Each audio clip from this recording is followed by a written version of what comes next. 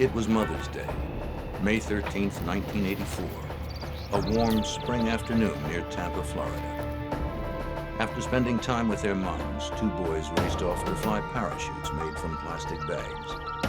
It was the perfect way to spend a Sunday. But soon, the wind brought a foul smell. They went off to investigate and found a sight they would remember for the rest of their lives.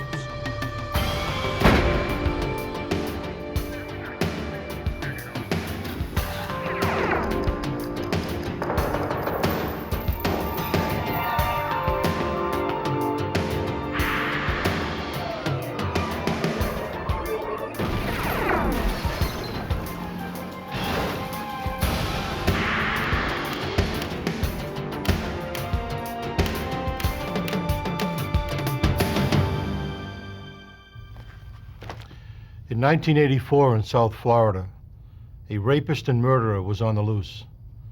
The killer was a ruthless and terrifying predator, the newest member of an infamous group known as serial killers. He kills just for the sake of it. And though his acts at first seem random, his choice of victims is fiercely selective. A woman's occupation, or even her hairstyle, may be enough to make her a target. It takes time, at least 2 kills, before the pattern emerges. I'm Jim Kallstrom, former director of the FBI's New York office. The serial killer's world is a delicate balance. On one side is the threat of capture. On the other is his overwhelming need to publicize his crime. Our job is to use everything at our disposal to tip the balance in our favor.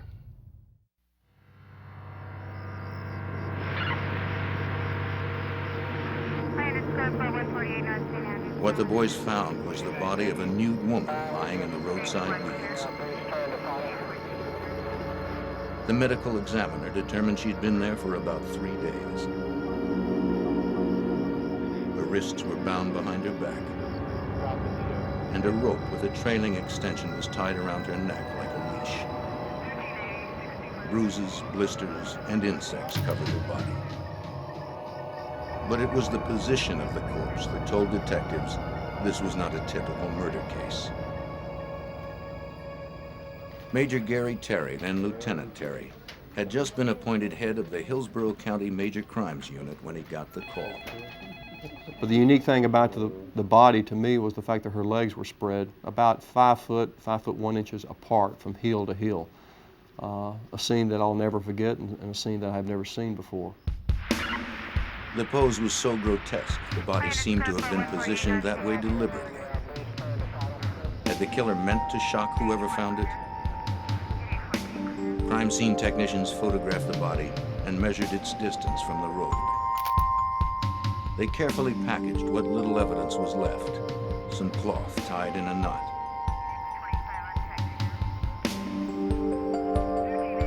Detective Pops Baker of the Hillsborough County Sheriff's Department also found tire tracks. He worked that night to make plaster casts.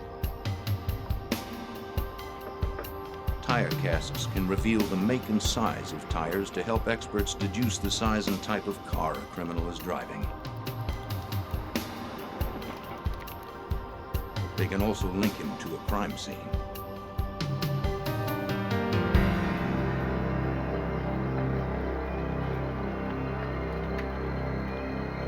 Meanwhile, the body was brought to the medical examiner's office with the ligatures in place for him to study and photograph.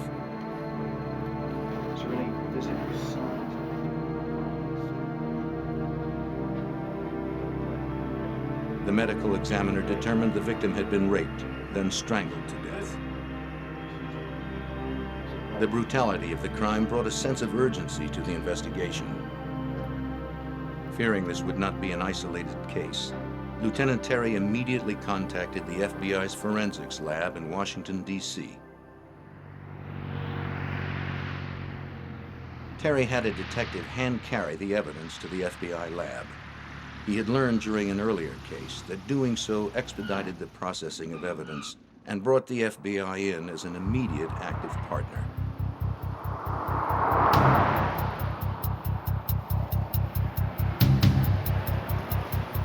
The The FBI lab is one of the foremost forensics laboratories in the country. There are experts on every type of evidence, from bullets to fibers to vehicle parts to nuts. The FBI's knot expert analyzed the ligatures from the Tampa victim's wrists and throat. They had been removed intact in hopes they'd tie the killer to his deed. They might also say something about his past. Specialized knots might reveal that he had been a merchant marine or in the military.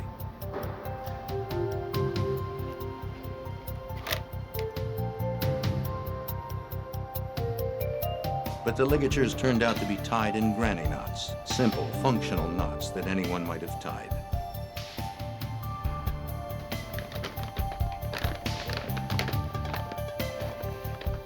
An FBI fiber expert analyzed the fabric found near the body.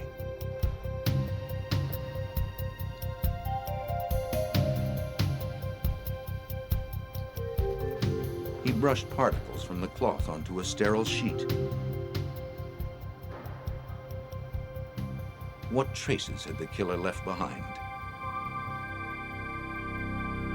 The analyst scanned the particles with a magnifier, but he didn't expect to find much. Such evidence is easily lost through weather or other contamination of the crime scene. In fact, the rule of thumb for fiber evidence is, in 4 hours, 80% is lost. In 48 hours, it's 96%. After 3 days, the chance of finding anything is almost nil. So he was amazed when he found a small speck of red nylon fiber. It was trilobal, meaning it consisted of 3 lobes and had a lustrous or shiny coating. From its size, type, and shape, he guessed it was a carpet fiber, maybe from the killer's car. The fact that it was there at all was a minor miracle.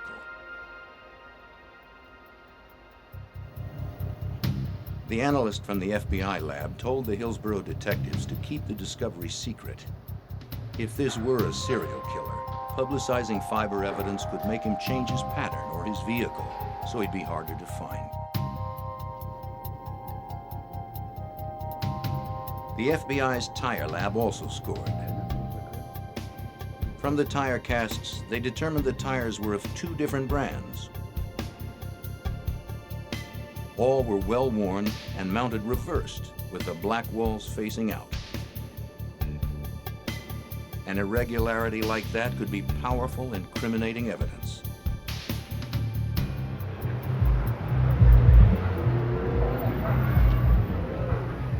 Back in Tampa, police identified the victim from her fingerprints the day after her body was found. She was Lana Long, a 20-year-old Laotian woman, a popular exotic dancer in Tampa's red light district. Her boyfriend had recognized her from a newspaper photo and had called police. He became the prime suspect.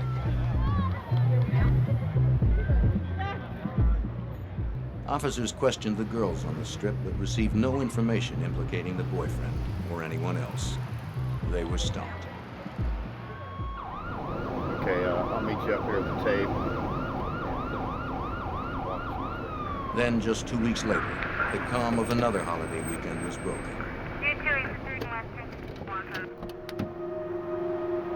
On Memorial Day Sunday, Detective Pops Baker and Lieutenant Gary Terry of the Hillsborough County Sheriff's Office were called to a second murder scene, again in an isolated rural area off an interstate.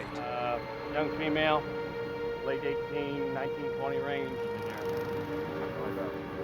Like Lana Long, this victim was female, in her late teens to early 20s, and nude.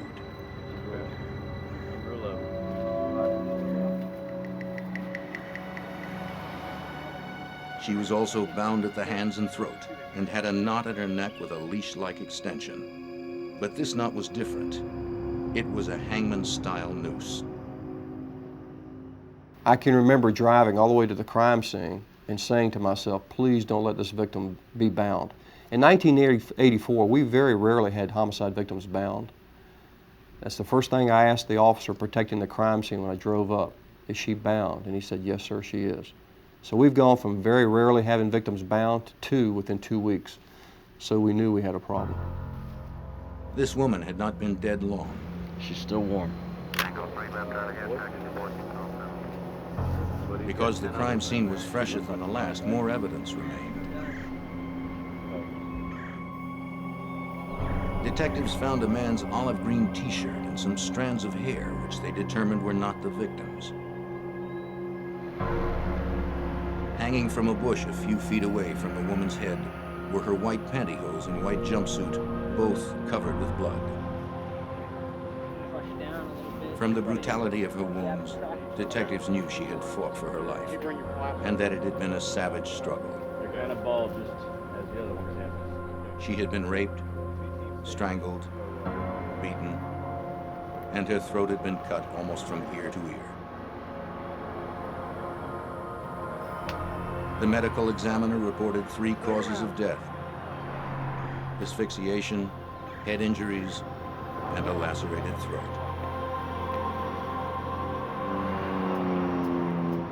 As before, Baker found tire tracks. Casks were taken for analysis in comparison to the ones found at the first murder scene. Once again, the crime scene evidence was hand-delivered to the FBI lab in Washington. Analysts found the same red, lustered trilobal carpet fibers as at the first scene. And this time, there were red trilobal delustered fibers too, with the shiny coating absent. It said fiber evidence is the silent witness, but this match seemed to scream that the cases were linked. Lana Long's boyfriend could not be tied to the second murder, and he was cleared as a suspect. The items found at the scene also provided other clues. The green t-shirt was a size large, suggesting a person of medium build and chest size. The head hairs were medium brown, from a male Caucasian. These 2 pieces of information began a physical evidence profile, which are shared with other law enforcement agencies.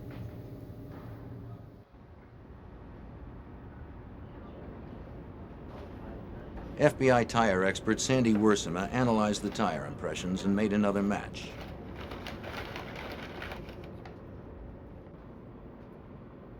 The tracks were the same as those from the first murder scene. Now she knew the position of each tire on the car and that they were mounted on a mid-sized vehicle. The advantage of having a cast over the photograph is that I can actually pick the cast up, I can light it from different angles and different directions, and hopefully if there are any cuts or nicks or rocks that are caught in the tire, I'll be able to see that in the cast. But perhaps the best clue came from what she didn't know. She knew 2 of the tires with a common Goodyear Viva brand, but a third wasn't on the FBI's extensive reference list. One of the tire impressions they could not identify from their files. But what they did was gave us the name of a tire expert, a manufacturer out in Akron, Ohio. And we actually flew a detective, Corporal Baker flew out there personally with the tire impressions, met with the old salts out there at the tire factory, and they actually were able to identify that tire for us, and that was the Vogue tire. And in 1984 was a handmade tire that comes as standard equipment on Cadillacs. We had never even seen a tire like that before. Back here over to the left.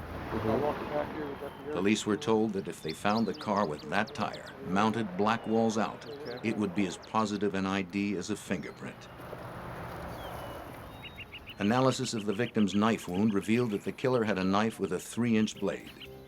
Now we've got 2 victims, both bound and both connected forensically. So we knew we had a serial killer on our hands at that time. It's just a gut feeling that I got it. Lieutenant Terry began to track the killer's strikes on a map, hoping they'd reveal a pattern of behavior. Dump the bodies on. He put out the word to patrol officers. Look for a white male with brown hair of medium build, driving a mid-sized car with the tires reversed. He may be carrying a knife with a 3-inch blade. Following the FBI's recommendation, Terry didn't mention the fiber evidence or the ligatures.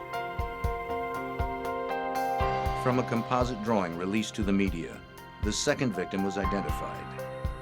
22-year-old Michelle Sims had a criminal history of prostitution. She'd been reported missing the day before.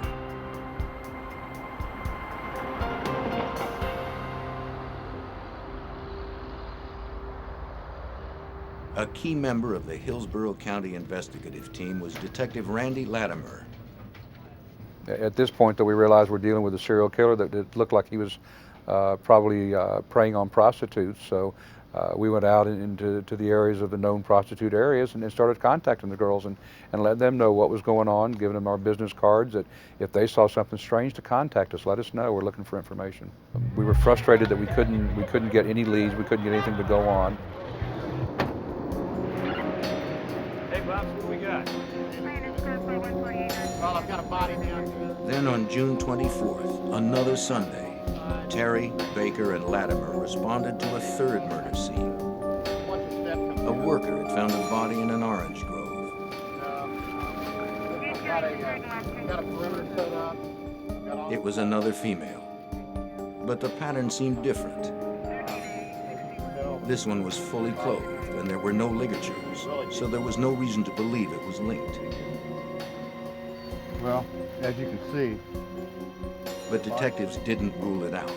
looks like it's been undisturbed for quite some time.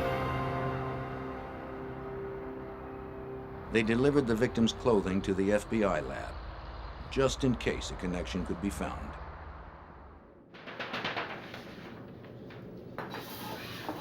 This time, the fiber expert they had worked with before was not available, and someone else was assigned. He wasn't asked to compare the new evidence to the old, so he didn't.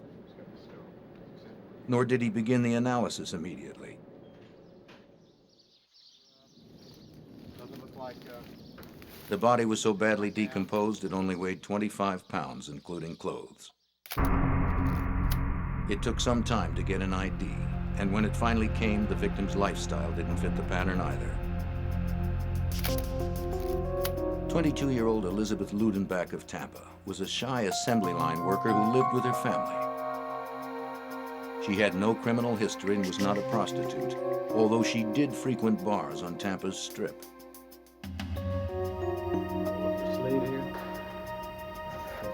A note in Elizabeth's room said to find her boyfriend if anything happened to her. So detectives ordered a polygraph test. I'm going to ask you a series of questions, and you just need to answer yes or no to those questions. Do you understand? Yeah.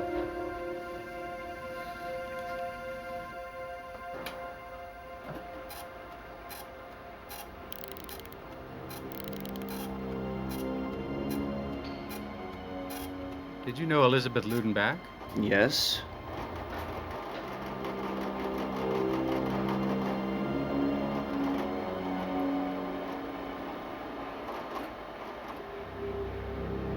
Did you have a relationship with Elizabeth Ludenbach? Yes. Did you ever harm Elizabeth Ludenbach? No.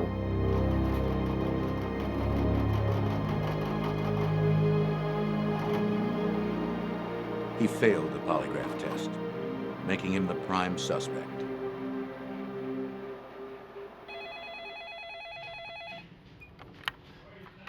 It wasn't until mid-September, 3 months after the discovery of Elizabeth's body in the orange grove, that the results came in. Yeah? The FBI had a match. Yeah? They found red That's carpet fantastic. fibers identical to those found in the first two murders. Looks like Ludenbach is ours. They Good. found red fibers that connected up. Now they had 3 related killings. Terry entered the new scene on the map. Bodies on. Any kind of significant difference? Every detective on the homicide squad was working the case. The nature of the investigation began to change. Instead of focusing on boyfriends and neighbors, detectives pursued an unknown killer terrorizing the women of Tampa. We've taken the entire homicide unit now, are concentrating on these cases. And we're running down leads, we're getting telephone calls about different people, and we're checking those leads out. We're doing a background investigation of these particular victims, and we're coming up empty. And all we have to do is, unfortunately, wait, and then there's another victim is discovered. And that is victim number 4.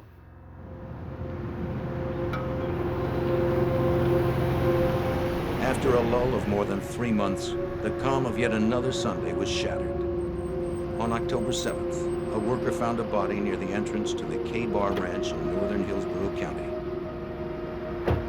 This time, Detective Steve Cribb was assigned to help process the scene. He, Terry, Baker, and Latimer didn't have to look far for the first grim piece of evidence: the victim's bra hanging from the entrance gate. The nude body of a young black woman was nearby. Her clothing was beside her. Most of the detectives ruled her out as a serial victim. She had been raped, but unlike the others, she had been shot, not strangled, and there were no ligatures. Also, she was African American, and usually serial killers don't cross racial boundaries. And get her into a controlled environment, we'd be able to really inspect. While the FBI analyzed the evidence, detectives identified the victim from fingerprints. 18-year-old Chanel Devon Williams had just recently been released from jail on a prostitution arrest when she disappeared. She was last seen working the red light district along Nebraska Avenue with a friend, another prostitute, a few days before. She had been dead about 6 days.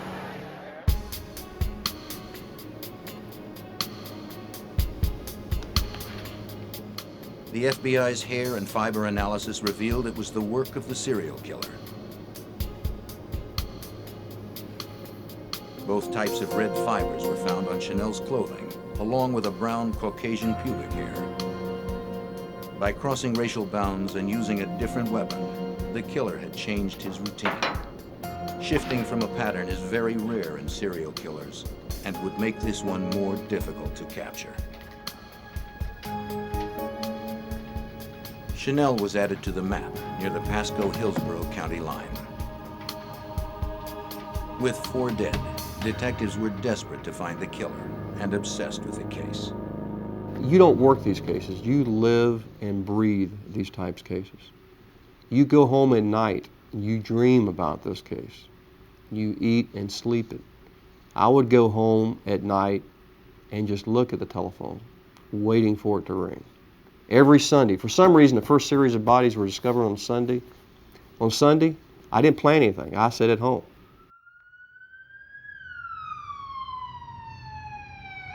Indeed, the Sunday after Chanel's body turned up, Terry, Baker, Latimer, and Cribb were called to another murder scene. This one was near Lake Thanodasassa, northeast of Tampa. A couple of amateur archaeologists had uncovered a morbid find. At the side of the road was a woman's body, wrapped in a gold-colored bedspread, tied with a blue jogging suit. Thank you. We need to...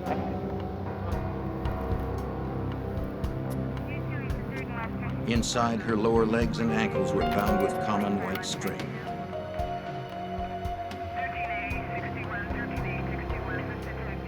Her hands were tied in front of her with a red bandana.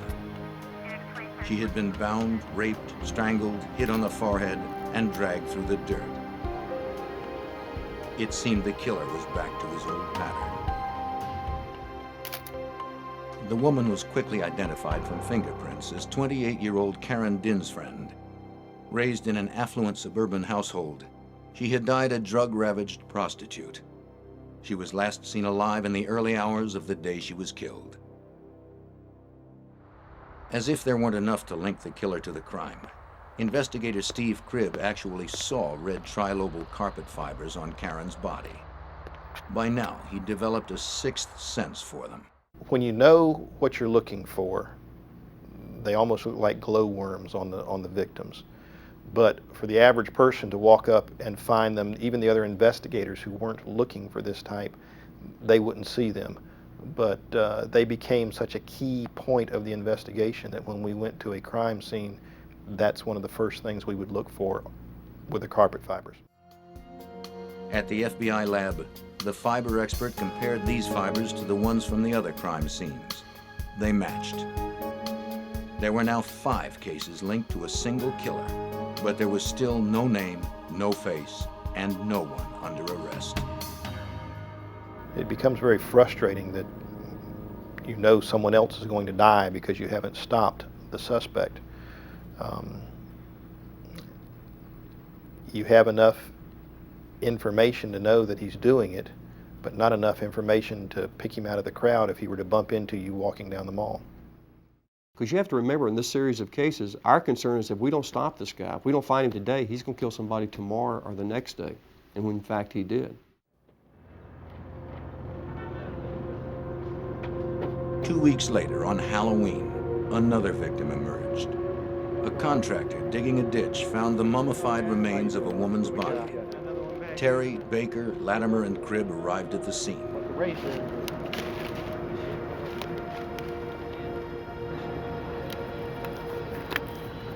The medical examiner estimated the body had been there for about a month.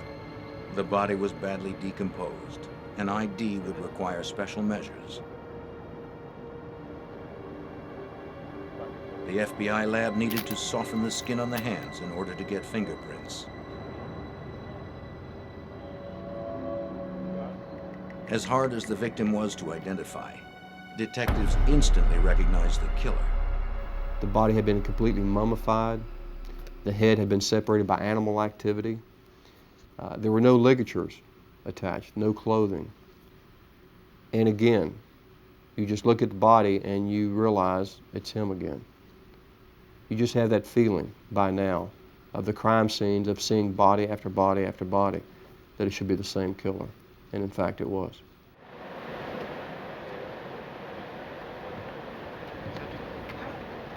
Then at 7:30 a.m., on Sunday, November 4th, a call came in to Tampa police that seemed unrelated. A man reported his daughter had been abducted and raped. 17-year-old Lisa McVeigh was leaving work at a Krispy Kreme donut shop on her bicycle. It was around 2:30 a.m. A man snatched her off her bike, threw her into his car, and drove off.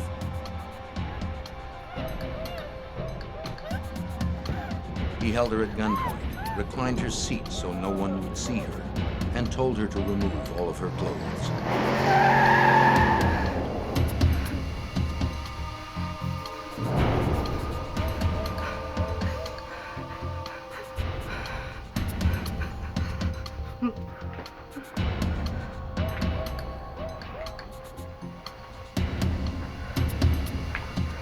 He took her to his apartment, bound and gagged. She'd been sexually abused before, and she knew how to read the moods of an abuser. Lisa sensed resistance might send this man into a rage, so she quietly did what he wanted. Lisa memorized all she could about her surroundings. At first, she peeked out from beneath her blindfold.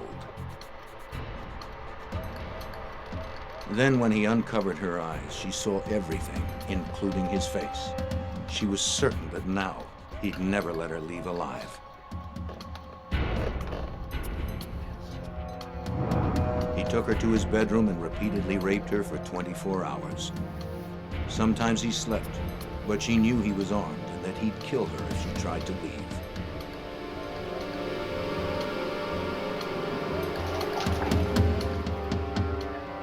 After a full day of captivity, the man told Lisa to take a shower. Then he gave her some clothes and made her a sandwich. To her amazement, he said he would take her home.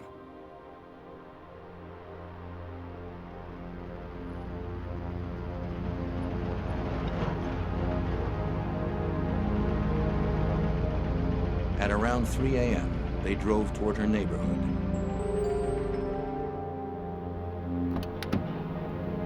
On the way, he stopped at a 24-hour teller machine to withdraw money to get gas. Peeking under her blindfold, Lisa continued to memorize details. The Howard Johnsons, road signs, the word Magnum on the dashboard of his car. he finally released her near her home.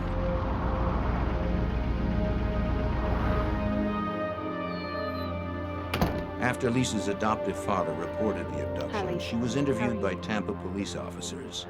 I want to ask you everything that happened the night when you left work, and I'm going to record you. They were amazed by her almost total recall and fierce resolve to catch the rapist. Well, I always leave work about 12 o'clock. I got on my bike. Although Lisa had not been killed, there were many similarities to the Hillsborough cases. The abduction, the rape, the man's build and hair color, and even the red interior of his car. Tampa police sent Lisa's sweater to the F.B.I. lab. We were inundating the F.B.I. lab with things to compare for fiber samples. Rape cases, assault cases, anything sexually related, any violent crime, we were sending to the F.B.I. lab for a fiber comparison. Meanwhile, just a week after the last body was found, Pasco County detectives were called to another murder scene. On November 6, 1984, a woman's body was found on the same road as the fourth victim, Chanel Williams. Only this time it was to the north, in neighboring Pasco County. Pasco detectives called Hillsborough detectives to a vacant lot near a mobile home park. If you look right here, The body was in a different county, but the ligatures and fibers were all too familiar.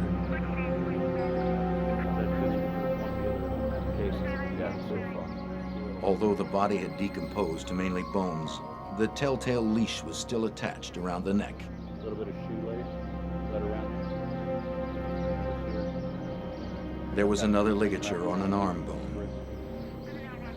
It's supposed to appear to be Near the body were the woman's tattered blouse and panties, and some jewelry. Careful of that ligature around the neck. We're going to just leave that there. The bones were scattered over almost an acre. When the medical examiner pieced them together, they seemed to belong to a young, white female. She was later identified as 18-year-old Virginia Johnson. Ginny divided her time between Connecticut and Florida, where she worked as a prostitute. She'd disappeared on her way to buy cigarettes about 3 weeks earlier. After all that time, it seemed impossible, but the FBI lab found a single red, lustrous fiber in Ginny Johnson's hair. Within the week, on November 12th, another jurisdiction fell prey to the killer. A body was found on an incline off North Orient Road within Tampa city limits. When Terry and Baker arrived, they found a young white woman, nude but for knee-high stockings. She was face down. When they turned her over, police knew from her bloodied face that she had been savagely beaten and that she had struggled. There were ligature marks on the front of her neck and on both wrists and arms, but no rope was found. Her wadded-up blue jeans and flowered top were near her body. Detectives Baker and Cribb immediately saw something stuck to the blue jeans, tiny red fibers. In the pocket of the jeans was the victim's driver's license. Kim Marie Swan was a 21-year-old part-time student who sidelined as an exotic dancer. She was last seen leaving a convenience store near her parents' home the previous afternoon. It seemed the killer had pulled off the road and thrown the body out of his car. There were faint tire impressions in the grass near the roadway. They would match the casts made earlier. The killer was picking up the pace of his killings, and the body count stood at 8. Terry and Baker were desperate. They drove to Atlanta to meet with a detective who helped crack the case of Wayne Williams, a serial killer believed to be responsible for 27 murders.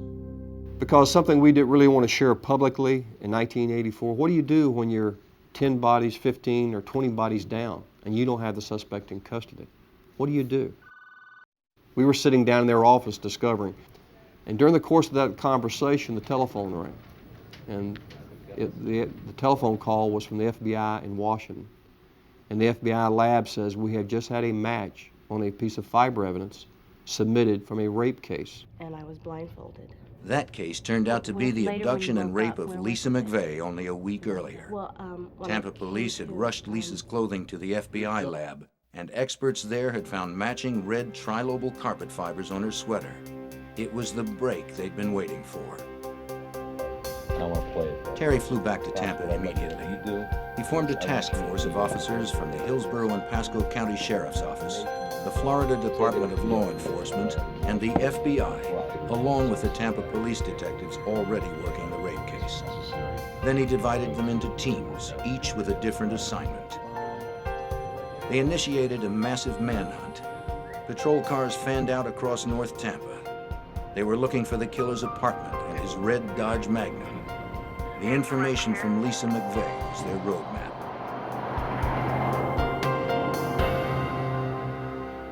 The additional personnel and resources brought in by the task force stepped up the search for Lisa McVeigh's abductor. Because the perpetrator used an ATM, one team of investigators subpoenaed the November 4th bank records for all local automatic teller machines. Another team subpoenaed a select list of all the Dodge Magnums in Hillsborough County, almost 500 cars. Then they compared the bank records and the list of Magnum owners, looking for a name that matched. And the unique thing when you looked at both lists is that one name jumped out at you is Robert Joe Long. He had a money transaction from the money teller machine, early morning hours. He also was a registered owner of a Dodge Magnum. In addition, earlier that day, a task force team from Tampa spotted a red Dodge Magnum on Nebraska Avenue, the killer's hunting ground. The detectives stopped the car. They told the driver they were looking for a robbery suspect. From his license, they identified him as Robert Joe Long. They photographed him and wrote up a field report. He was cooperative, but wouldn't let them search his car. Of course, they contacted the task force headquarters when they made the stop, and we told them go ahead and stay with it at that particular time, stay with the car once it left, and we put a surveillance team together then to stay on him. At that time, a photo pack was assembled, a lineup of photographs, in which he was placed in that photo pack. That photo pack was shown or displayed to Lisa. She looked at it and said, "That's the guy that kidnapped me." She pointed out Bobby Joe Long. Lieutenant Terry had his man, but he couldn't risk making a mistake with a quick arrest. He needed time to obtain warrants and organize his team. To ensure public safety, Terry ordered non-stop surveillance of Long. Units followed Long's every move in unmarked cars. Maybe he sensed they were on his trail because he started cleaning house. Officers cleaned up right behind him.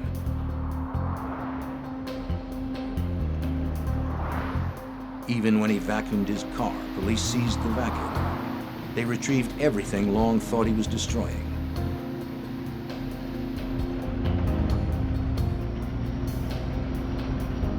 After months of tracking a phantom killer, the task force was not about to let him slip away. Less than 24 hours after Lisa McVeigh identified Bobby Joe Long, the arrest plan was firmly in place. The task force moved in. They had followed Long to a movie theater. I'm right over here, Stewie. As he watched the film, undercover detectives watched him. Long seemed unaware he was surrounded. We're sitting at the war room we had constructed down at the operations center. We're heading, and everything is just going 90 miles an hour. We have a surveillance team on the inside of the theater watching it. There's a surveillance team outside watching the car. And that nagging doubt comes to you. Is this really the guy you've been chasing for 8 months? Is this really the guy that has been killing these women? So we tell the surveillance team outside, listen, whatever you do, get up to his car. I don't care if you have to low crawl, whatever you have to do, get to the car and tell us what kind of tires are on the car.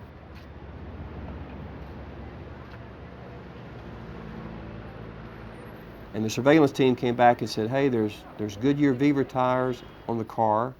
They're all Blackwall. And he said, there's some oddball tire here named Vig, Vogue, something like that on the car. As soon as he said that, we knew. When we pulled up and saw the car, saw the tire, the Vogue tire that had been described from one of our tire impressions, when we saw the seat that revolved, that laid back, the red carpet fiber, there wasn't a doubt in our mind that we had the right suspect. Terry gave the order to arrest. Detectives followed Long as he left the theater. He was never out of their sight.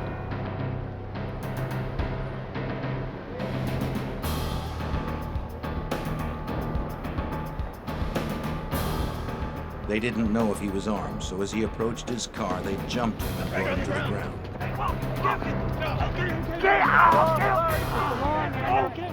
He didn't resist.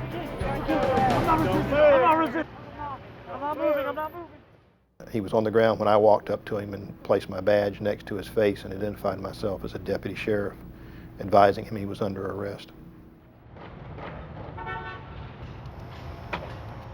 They took Long's car to the Hillsborough County Sheriff's office garage.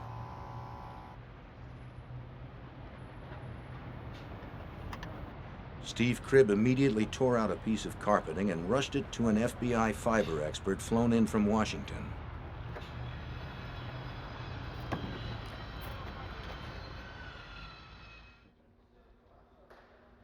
Statement from you? All right. Meanwhile, Randy Latimer and members of the task force interviewed Bobby Joe Long, who had declined his right to an attorney. I heard when they arrested you out on the street that you got some cuts and stuff on your hands and arms. Did they take care of all that for you? Oh yeah, just a couple scrapes. Okay. You thirsty? They were well prepared, having consulted the behavioral science unit at the FBI Academy on how to conduct the interview. Detective Price? Just where do you want to start? The game plan was to start by addressing only Lisa McVeigh. Long confessed immediately. Well, I went down there and parked my car. After he admitted to the rape and abduction of Lisa McVeigh, we talked about why he let her go and what went through his mind and what went on. I rolled into questioning him about prostitutes. Have you ever picked up any prostitutes? He told me he had in Miami. I asked him about here. And he said, well, he might have. Then they began talking to him about the murders. He initially denied it, committing any of the murders. As the interview continued, the FBI fiber expert examined the carpet from Long's car. He compared this sample to the others.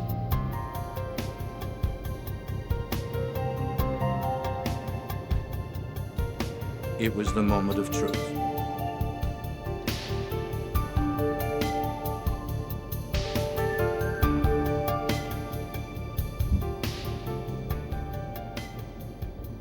As soon as they put them on the comparison microscope, the FBI agent called back and said, bingo, it's a match. The carpet fiber from the car matches the carpet fiber from the different homicide scenes. It's probably helping me out at this point. Excuse me. Terry told Latimer the news.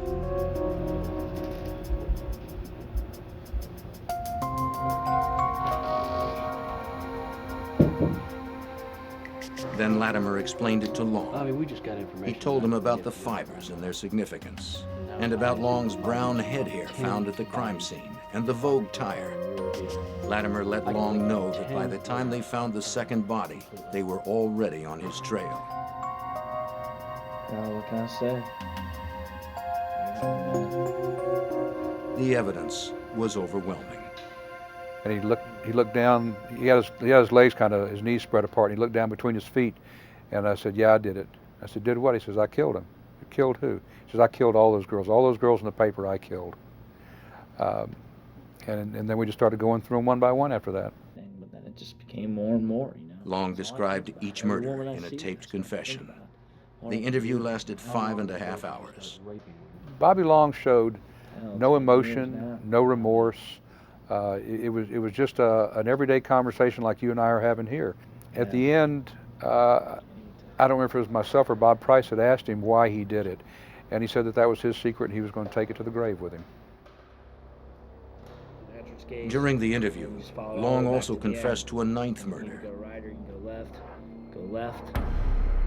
When detectives found her remains, they also found more of the tiny red carpet fibers. The victim was identified through dental records as 21-year-old Vicki Elliott, a waitress. Long also helped identify his sixth victim, whose body had been found on Halloween. 22-year-old Kimberly Hops was known by the street name of Sugar. She was last seen by her boyfriend getting into a maroon Chrysler Cordoba, probably Long's red Dodge Magnum. I'd like to thank the members of the press corps. Late that night, Lieutenant Terry called a press conference. The multi-agency task force has for months been investigating a probable serial killer. The media thought police would announce yet another body. County, Pasco County. They were shocked by the arrest. How long have you had this suspect? Bobby Joe Long, and he's presently been charged with 10 homicides that have occurred over the course of the past 6 months within Hillsborough County, Pasco County, and the city of Tampa. He was arrested without incident and has subsequently confessed to several of the homicides under investigation. Do you have evidence for all the homicides? Where did you Yes, arrest sir. him?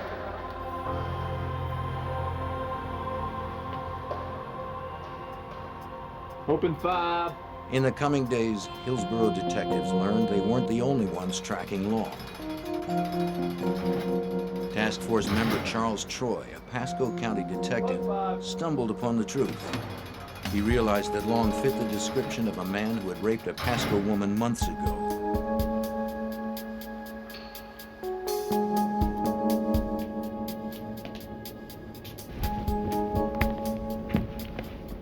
Troy scoured Long's apartment for evidence. He found a photo album filled with photographs of nude women, including the rape victim. In jail, Long confessed and bragged about the crime.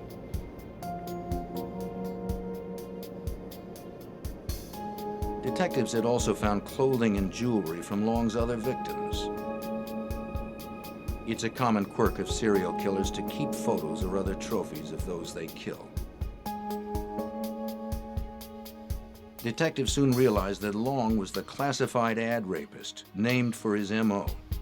He canvassed the classifieds for women selling beds and other furniture, and when they let him in, he brutally raped them. He had never been apprehended. Long may have raped more than 50 Florida women in the 1970s and 80s, some even during his murder spree.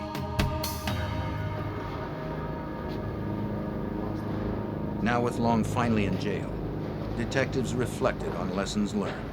It just shows the importance of physical and trace evidence, shows the importance of the cooperation with the laboratory and what they can do for you, and the effort that you have to put at a crime scene. The hours you need to spend there, you can't rush. You just have to be deliberate, take your time, and be professional in what you're doing. Because oftentimes the answer is sitting right there in front of you. And the smallest speck, the smallest little piece of information may be the one key that breaks this case. As detectives got ready for the Thanksgiving weekend, they thought the horrifying 8-month string of killings was finally behind them. They packed up the boxes of evidence and hoped some semblance of normalcy would finally return. But even then, a quiet holiday seemed to evade them. On Thanksgiving Thursday, a couple out walking found a skull, bones, and some clothes, as well as 3 pieces of rope, including a leash-type ligature. But what he really enjoyed was the pain, the torture, and the torment, and the control he exercised over these victims. You can see that in the early crime scenes with the leader, the leash-like attached to their neck, where he choked them out of consciousness. Then the victim wakes up, and he's still there astride her, raping her, torturing her. That's where Mr. Long got his enjoyment, his kicks. Killing, just eliminate a witness. He could do that without any compunction, without any trouble at all. When a forensic dentist linked the body to a missing persons report, Long confessed. The victim was Artisan Wick, an 18-year-old bride-to-be who had vanished from a northeast Tampa street corner on March 28th. She had been missing for 8 months. Ironically, Wick was the first victim taken, though the last one found. She brought the known death toll to 10, but Terry has always believed there were more. I'm confident he's killed other women, other people. Are we going to find those bodies or discover those other cases? I don't know that we ever will. Bobby Joe Long was never convicted in the classified ad rapes, in part because the statute of limitations had expired by the time he was caught. He did receive 6 life sentences and 693 years for attacks on women in 1984 and 85. For the Hillsborough murders and the rape of Lisa McVeigh, Long received 33 life sentences. He was sentenced to death for the killings of Virginia Johnson and Michelle Sims. After sentencing, Long left the courthouse whistling a tune. Mr. Long is a killing machine. He became very proficient at what he was doing, very skillful at it. And if Mr. Long ever sees the light of day, all you're going to have to do is follow the trail of his other bodies, of his other victims, because he will kill again. He enjoyed it. Long remains on Florida's death row, with no date set for his execution.